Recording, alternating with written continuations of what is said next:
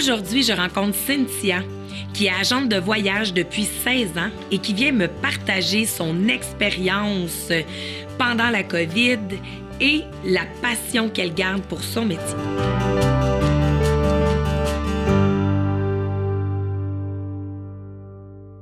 Bonjour Cynthia. Bonjour Chantal. Le domaine du voyage, moi, ça me fait rêver parce que j'adore voyager. Donc, je suis vraiment contente qu'on puisse en parler ensemble. Je suis contente que tu m'as invitée pour que je puisse parler de ma passion, de mon domaine aussi. Merci de l'invitation d'ailleurs. Ça me fait plaisir. Est-ce que tu pourrais me dire, ça fait combien de temps, en fait, que tu es agente de voyage? Là, j'ai l'air jeune, là, ça va me paraître vieille, mais ça fait 16 ans que je fais ça. En fait, j'ai étudié dans le domaine du théâtre, puis de fil en aiguille, je me suis aperçue que c'était très contingenté, puis que j'aimais beaucoup le domaine de la vente et le voyage.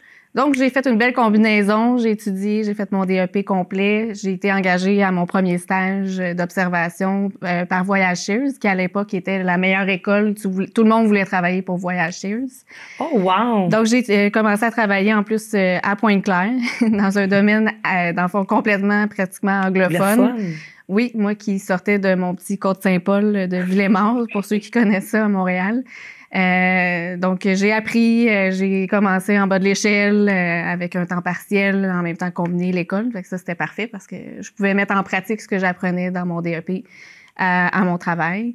Puis ensuite, j'ai été engagée. J'ai travaillé 6 ans pour Voyage Shears jusqu'à temps que j'aille ma fille.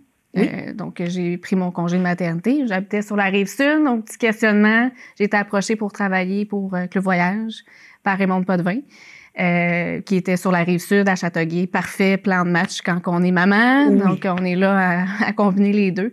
Donc, ça fait 16 ans en tout que je travaille dans le domaine du voyage, effectivement. Est-ce que c'est quand même compliqué d'avoir un enfant avec cette profession-là? Ben, c'est de combiner, c'est sûr que le domaine de la vente en tant que tel, oui. On le sait, on est toujours sollicité, que ça soit jour, matin, fin de semaine. Faut faire une belle combinaison d'introspection sur nous-mêmes, essayer de faire une coupure. Oui. Ce que j'ai beaucoup de difficultés à faire. Personnellement, c'est sûr que je suis vraiment au service de mes clients. Mais c'est sûr que dans le fil de ça, c'est sûr que j'ai mis des limites, essayer de mettre, OK, je suis là tel jour, oui. Contactez-moi, mais je suis toujours disponible. Je réponds mes courriels, mais après ça... Je veux dire, les gens, de plus en plus, ils ont accès aux réseaux sociaux, oui. Ils posent des questions. Des fois, c'est une petite question, je la réponds tout de suite. S'il y a une réservation à faire, parce que les prix, évidemment, le voyage, c'est comme la bourse. Okay. Si tu le réserves pas sur le moment, ça peut changer. Fait que j'évalue les opportunités puis ce qu'il y en est. Puis des fois, ça arrive que j'ouvre mon ordi même si je suis en congé ou que c'est le week-end. Puis ça fait partie de ma réalité avec la famille aussi. Puis ils sont très au courant de ça. Ils savent que je suis passionnée. Je suis vraiment là au devant pour les clients. C'est ma passion. Puis ça serait quoi? Tu dois avoir beaucoup voyagé. Ça serait quoi, toi, ta destination? Coup de cœur? Ouais. Le Vietnam. Le Vietnam, c'est une destination qui m'a complètement, littéralement dépaysée. OK. Qui est différente, là. C'est sûr que quand on va faire notre petit voyage dans le sud, c'est pour charger nos batteries, mais un tout inclus reste un tout inclus, peu importe où on va aller dans le monde, là. Oui. Mais l'univers du circuit que j'ai fait au Vietnam, c'est vraiment un incontournable. De tout, là, au niveau pays, au niveau gastronomie, au niveau de ce qu'on a découvert. C'est sûr que c'est très loin, là. Oui. Mais ça a valu le coup, là. Ça l'a valu vraiment, oui, vraiment, la peine. Vraiment. Puis, est-ce que tu dirais que... fait que dans le fond, tu vois, moi, je savais pas, pour un agent de voyage, c'est pas seulement toutes les tout inclus. On peut même dire qu'est-ce qu'on aimerait faire comme destination, exemple, pack-sac. Absolument. Puis, tu es là pour nous appuyer, absolument. nous guider. On fait de tout. On fait une simple location voiture, une assurance voyage, à monter tout un package à la carte aussi, là. Donc, on fait beaucoup de Europe à la carte. On fait, il y a des combinaisons aussi qui sont déjà accompagnées, circuits, il y a des tours opérateurs qui se spécialisent là-dedans. C'est sûr que en tant qu'agent de voyage, c'est intéressant d'aller tenter le terrain, dans le sens d'aller visiter. Puis ça, c'est le plus beau côté qu'on va se dire, là. C'est d'aller approfondir nos connaissances, parce que rien de mieux que de vraiment avoir connu puis d'avoir goûté à la destination pour que je puisse te vendre le Portugal, puis te dire que Porto, avec ses maisons, son architecture, puis là, tu vois, tu vois l'éclair dans les... Exactement. Donc, c'est sûr que, tu sais, quelqu'un à qui tu rends compte que tu as visité les endroits, c'est beaucoup plus facile aussi pour nous de cibler tes besoins à travers ce qu'on a vu, ce qu'on a connu. Tu sais, les tout inclus, c'est sûr que quand tu commences dans le domaine, quand tu fais des voyages, agent de voyage, dans le fond, les fournisseurs te proposent beaucoup de tout inclus, mais c'est sûr que moi, j'ai évolué. Je veux connaître, tu sais, comme le Vietnam, je suis allée, j'ai fait beaucoup de destinations en Europe. C'est des choses qui sont packagées. Évidemment, on a des rabais, là, c'est pas gratuit. Là. Tout le monde pense qu'on s'en va là-bas travailler, c'est gratuit, mais non, on paye pour y aller. Autrefois, là, dans le temps, c'est eux qui nous invitaient, là, les offices de tourisme, mais plus maintenant. À cette heure, il faut que tu aies vraiment une spécification, puis à la limite, il faut que tu amènes un projet qui vienne ciblé en disant, OK, bon, ben, je suis allée au Vietnam et je prévois peut-être monter un groupe pour aller au Vietnam ou des choses comme ça. Est-ce que tu dirais que cette gratuité-là, puis que c'était eux qui allaient beaucoup vers vous avant, ça l'a arrêté avec les réseaux sociaux? Oui, ça c'est sûr. Là. Je te parle de back in the time que j'ai même pas connu moi, là, qui faisait les billets à la mitaine. Oui. C'est sûr qu'il y avait beaucoup de moins de proximité avec l'Internet, c'était des brochures qui étaient publiées. Maintenant, tout est sur l'Internet, là. Oui. Sur les Internets, on trouve de tout. On peut avoir le guide de voyage, tu peux savoir qu'est-ce qu'il y a à faire, quel resto que tu peux aller manger. Si tu fais juste taper, mettons, je sais pas moi, Mykonos, ben là, ça va te donner les 10 incontournables, les 10 hébergements. Ça t'en donne beaucoup qu'autrefois, tu n'avais pas. Donc, les offices de tourisme, ils disaient, bon, moi, je voudrais que dans le fond, les clients viennent plus vers nous. L'Office de tourisme du Mexique disait, bon, parfait, il va y avoir 10 agents de voyage qu'on invite puis qui viennent, mais là, c'est plus comme ça. C'est plus comme ça. Est-ce que c'est quoi la grande différence? Parce que moi, je suis quelqu'un qui a quand même beaucoup confiance en moi, mais quand je sors de mon pays, j'aime ça, aller avec un agent de voyage pour vraiment être plus rassurée, tout ça. Mais pour les gens qui ont jamais pris d'agent de voyage, est-ce que tu pourrais me dire c'est quoi la différence? Les différences? Oui.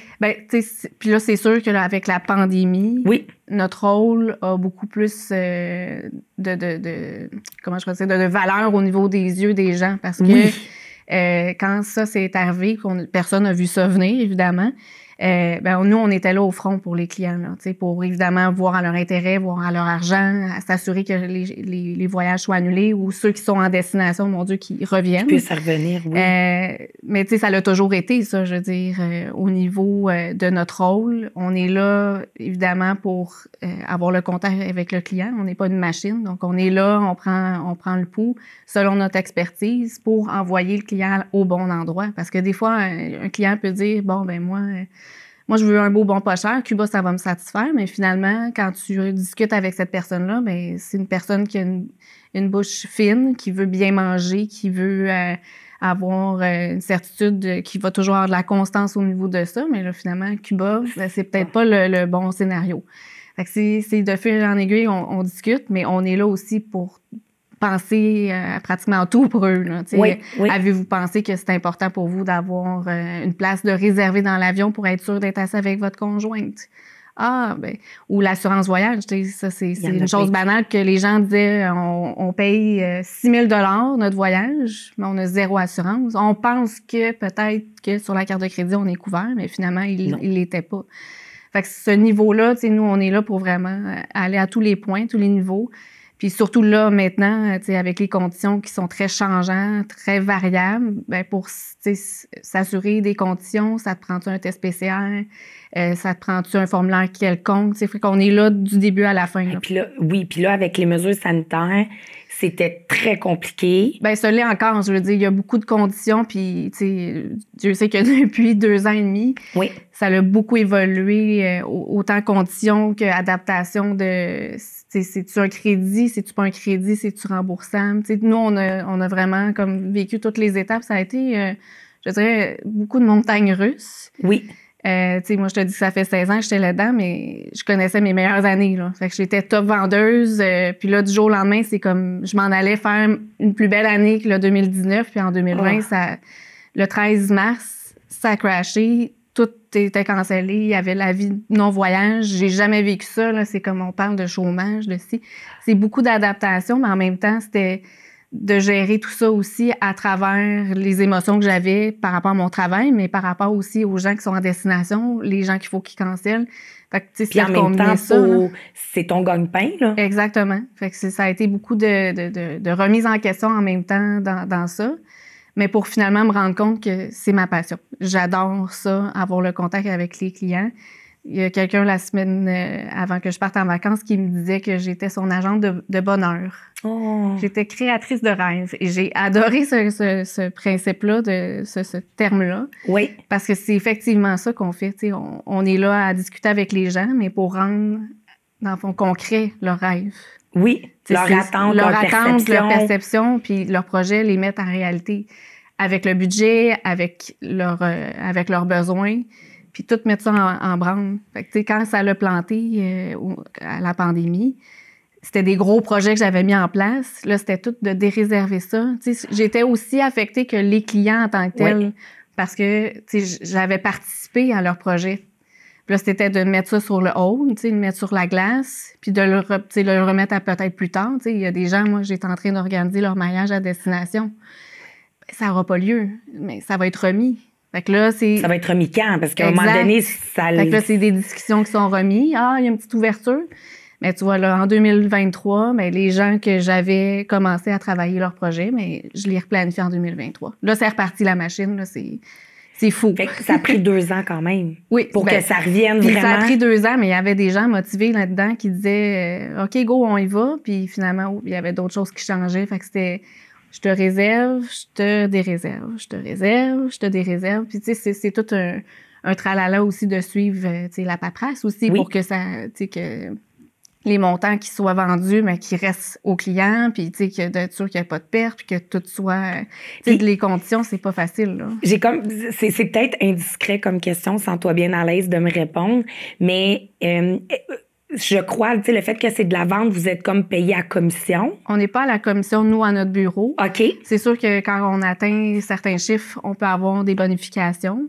Ça n'a jamais été un agent de voyage, c'est jamais une histoire nécessairement de monétaire. On le fait parce qu'on aime ça, parce qu'on a, comme je disais, on a des avantages de pouvoir voyager, d'avoir des rabais et tout. Mais on n'est pas à la commission. Mais c'est sûr que l'agence, elle, vit de commission. Quand les gens ont annulé, ceux qui n'avaient pas voyagé, mais c'est sûr que c'était des choses qui n'étaient pas payées. Donc, c'est ça. Tout ce qui est en crédit, qui réserve, tu sais, qui annule, il réserve. Mais tant aussi longtemps qu'il n'est pas fini de voyager, l'agence n'est pas payée. Fait que c'est toujours sur une réserve, là. Fait que dans le fond, si je comprends bien, c'est que vous, à votre agence, les agents de voyage ont pu quand même avoir un salaire réserve des réserves. Il y a eu la PCU, là, je veux dire, il y a eu une subvention salariale et tout ça. Là, c'est sûr que c'est pas l'agence en tant que telle qui... C'est les programmes gouvernementaux, là. Oui, qui ont aidé beaucoup. Puis, nous, notre domaine, le tourisme, on a été les négligés là, de tout ça. On a dû parler fort puis débattre ça, puis c'est toujours en cours, en fait. Là. Oui. Parce que, comme je t'explique, le revenu en tant que tel, si toi, tu vas t'acheter un chandail, ben le magasin se fait déjà son revenu. Oui. Nous, si tu m'achètes un voyage, mais que tu le réserves pour dans 6 mois, ben c'est dans 6 mois que lorsque tu vas être dans l'avion, que nous, on va être payés. OK, c'est ça, je pensais pas ça. Moi, je pensais que quand je book mon voyage... Non. Quand c'est voyager payé final, oui. Mais quand c'est sous forme de dépôt, il y a 0 argent. 0. Fait qu'il n'y a aucune protection. Fait que c'est ça. C'est ça notre montagne russe d'émotions, comme je disais. Oui, oui. Puis aussi, tu sais, nous, je veux dire, on est quand même à salaire, mais je veux dire, pour le propriétaire, il a dû travailler fort pour trouver les subventions, puis trouver les méthodes pour nous garder en vie, nous. Puis en fait, c'est un nouveau propriétaire, là. Nous, il a commencé juste dans le fond, en novembre, il prenait acquisition de notre agence. Puis en mars, ça plantait. Oh mon Dieu. Ça a été... c'est vraiment horrible, là, les conditions. Puis, tu sais, nous, comme j'expliquais, moi, j'ai jamais connu ça. J'ai toujours travaillé, puis j'ai travaillé au même endroit, évolué. Fait que de me faire dire du jour au lendemain, t'as plus de contrôle sur ce que tu vas faire dans la vie, c'était inadmissible, là. C'est déroutant, pour vrai, là, t'es toujours en contrôle, t'es toujours en tête, t'es toujours en... Tu roules sur un feu tu veux garder, tu veux garder mais ça. Mais t'as plus de contrôle sur rien, tu ne peux plus chantage, gérer, tu peux plus... Tu te dis, d'habitude, t'appelais un fournisseur, puis tu négociais quelque chose, puis tu avais raison. Maintenant, c'est comme ça, c'est tout. Puis moi, des comme ça, c'est tout. C'est dur d'accepter ça, parce que je vais voir, mais tu pouvais pas avoir autre réponse que ça. Puis ça, c'est quand tu avais la ligne. Puis là, le manque d'employés, la pénurie, le fait que les gens sont partis sur la PCU, il y a beaucoup de gens qui se sont trouvés d'autres travail. Donc, les fournisseurs avec lesquels on travaille actuellement, c'est horrible, là. Je veux dire, t'essaies de confirmer des choses, puis ça peut prendre 5, 6, puis même des fois des jours avant d'avoir les lignes téléphoniques. Puis, il y a certaines situations que tu n'as pas le choix. Il faut que tu leur parles parce que le crédit est chez XY fournisseur. Puis, ce fournisseur-là, tu dois, dans le fond, dealer avec eux directement pour les clients. Fait que tu pouvais passer des heures épouvantables juste pour un dossier. Pour la pandémie, là, on peut attendre des 10-12 heures pour annuler des dossiers puis s'assurer que ça soit en crédit, s'assurer des conditions. C'était hallucinant, honnêtement. Là. Puis on dealait ça, puis je veux dire, on dealait ça avec... OK, toi, t'as Transat, parfait. Toi, t'as Vacances Air Canada. Toi, on avait tous les téléphones on, puis on attendait. On attendait pour régler les dossiers, puis advienne que pourra, si t'avais fini, peu importe, je partais, je me transférais à la ligne sur mon cellulaire, je réglais des dossiers le soir, la fin de semaine. On n'avait pas le choix, parce que quand tu devais avoir la ligne pour parler à quelqu'un physiquement, pour faire ce type de transaction-là. Puis pendant ce temps-là, la personne qui avait réservé le voyage avec vous, elle avait l'esprit tranquille, oui. C'est nous qui gérait ça. Puis on gère encore ça. Je veux dire, le client qui veut pas attendre parce que lui, il a eu sa journée, puis ça ne tente pas d'attendre 5-6 heures pour avoir une réponse à sa question. Mais ça, c'est le bout de chemin que nous, on fait, puis on s'assure que ça soit établi puis que ça soit réglé pour eux. Puis est-ce qu'à un moment donné, où est-ce que tu as eu de l'amertume envers ta profession avec ça, là? Bien, en fait, pas l'amertume envers ma profession, mais envers la situation, un peu. Oui. Comme beaucoup de gens, oui. Nous, on était laissés de côté, puis là, c'était pas compris, oui, il y avait les subventions, mais c'était des montagnes russes, puis du fait que ça, c'était en place, ben nous, on devait continuer à travailler, on devait continuer à s'occuper des clients, puis de leurs réservations en cours, ils vont-tu y aller, ils vont-tu pas y aller, c'est quoi les conditions, mais c'est ça, c'est plus cette amertume-là de la situation en tant que telle. Puis, tu sais, on n'a pas de contrôle sur la pandémie. Non. Personne n'a eu de contrôle sur la pandémie. C'est juste que, c'est ça, on a eu le sentiment... D'être abandonné. Abandonné, complètement, oui, absolument. C'est exactement ça. Puis, je veux dire, les clients, eux, un coup que c'est réglé, leur dossier, ils vont te rappeler quand ça va être réglé. Mais oui. Toi, en tant que personne, tu as à gérer ça, là, tout le stress, l'attente. C'est très stressant, honnêtement, là, ce qu'on gère en ce moment ou ce qu'on a géré ou ce qu'on a passé à travers.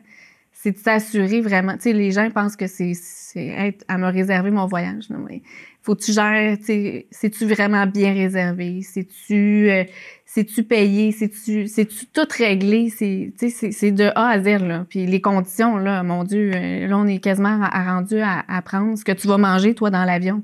Ben, si tu veux manger quelque chose dans l'avion, il faut que je te le confirme tout de suite. Wow. Tu veux aller jouer au golf à Punta Cana, mais à cette heure, il faut que je valide si j'ai de l'espace sur l'avion qui va amener ton sac de golf. On est rendu là. Fait que c'est des coches de plus que les gens... C'est des exigences. C'est très exigeant. Oui. Là, c'est sûr que les gens là, sont tous très excités là, parce qu'ils n'ont pas voyagé depuis 2 ans et demi. Fait que leur projet, c'est comme pour avant-hier. Mais tout le monde, c'est pour avant-hier. Fait que là, on est là-dedans, essayer de départir puis de faire comprendre aux gens aussi.